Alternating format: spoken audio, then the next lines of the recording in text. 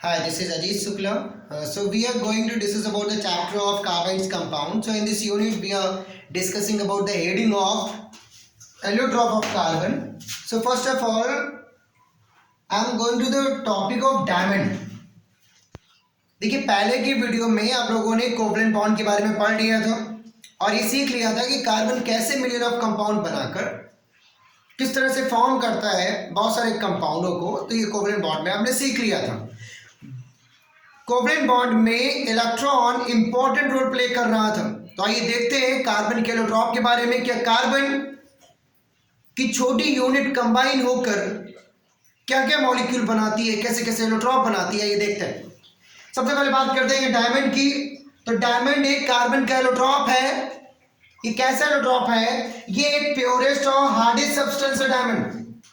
Diamond purest और hardest substance है। ये इलेक्ट्रिसिटी का एक बैड कंडक्टर है, इलेक्ट्रिसिटी को कंडक्ट नहीं कर पाता। इवन अगर आपसे बोला जाए कि ग्लास का एक डायमंड की शेप में एक आर्टिकल आपके पास हो और एक डायमंड हो, बोला जाए बताओ दोनों में डायमंड कौन सा है, आपके लिए पहचानना बहुत मुश्किल हो जाएगा। क्यों? क्योंकि आपको उसकी प्रॉपर्टी ही नहीं पता। उस कंडीशन में आप क्या करेंगे कि ग्लास और डायमंड को दोनों को धूप में रखेंगे, सनलाइट के कांटेक्ट में रखेंगे। तो ग्लास क्या करेगा, जो कि लाइट को एब्जॉर्ब करके हीट हो जाएगा, क्योंकि वो हीट का एक कंडक्टर होता है। लेकिन डायमंड ऐसा नहीं करेगा। क्यों? क्योंकि डायमंड इलेक्ट्रिसिटी और हीट का एक बैड कंडक्टर है। उस कंडीशन में आप उसको वहां से आइडेंटिफाई कर सकते हो या इलेक्ट्रिसिटी कंडक्ट करा के आइडेंटिफाई कर सकते हो, ठीक है। लेकिन ग्लास में भी वो प्रॉपर्टी नहीं होती, इसलिए सिर्फ हीट की प्रॉपर्टी से आपको चेक करना है ग्लास को और डायमंड को। यानी दोनों में अगर डिफरेंस चेक करना है तो आप क्या करिए, दोनों को सनलाइट की प्रेजेंस में रख दीजिए।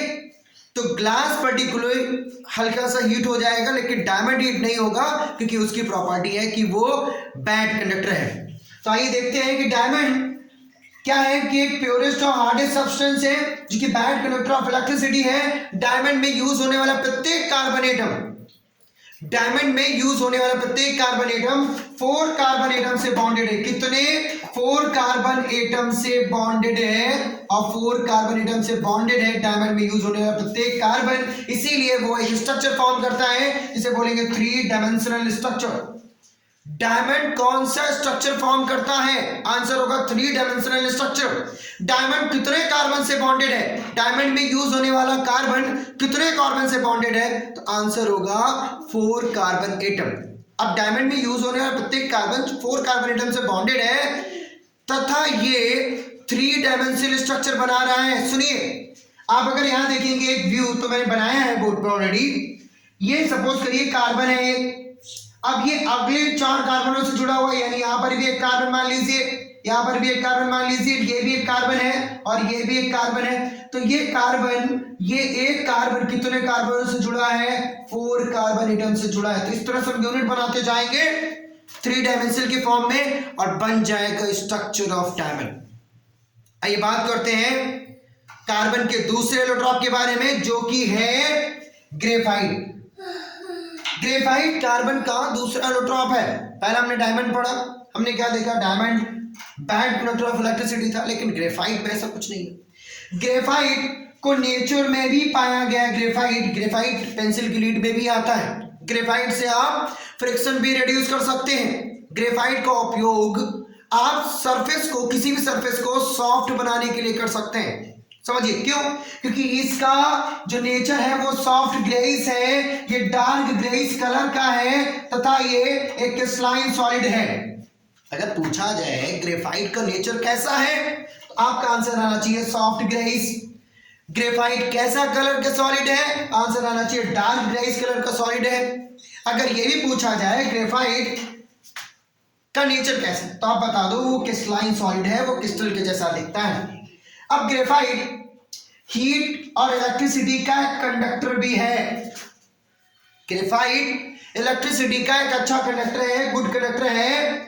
और ग्रेफाइट क्या है? डायमंड से अधिक एक्टिव है। ग्रेफाइट डायमंड से अधिक एक्टिव है। मेरी बात सुनिएगा ध्यान से।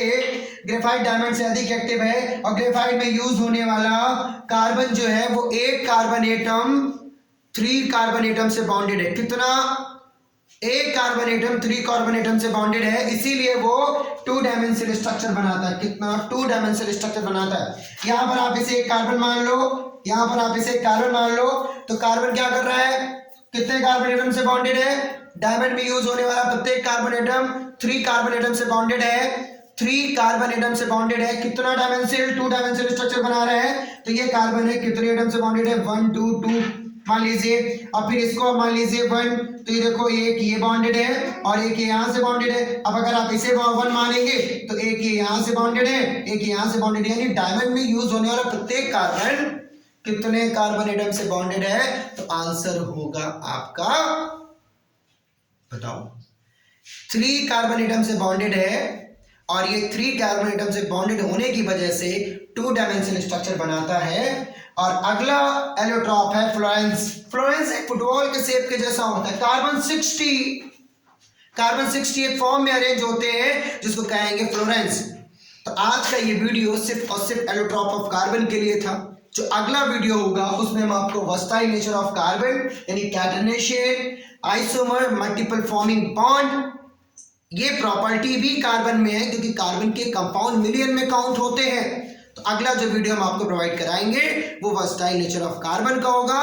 मेरे साथ बने रहिए और सीखते रहिए एक सरल, एक इजी व्यू, ताकि आप साइंस को समझ सके और सीख सके कि साइंस वास्तव में इजी तरीके से पढ़ी जा सकती है।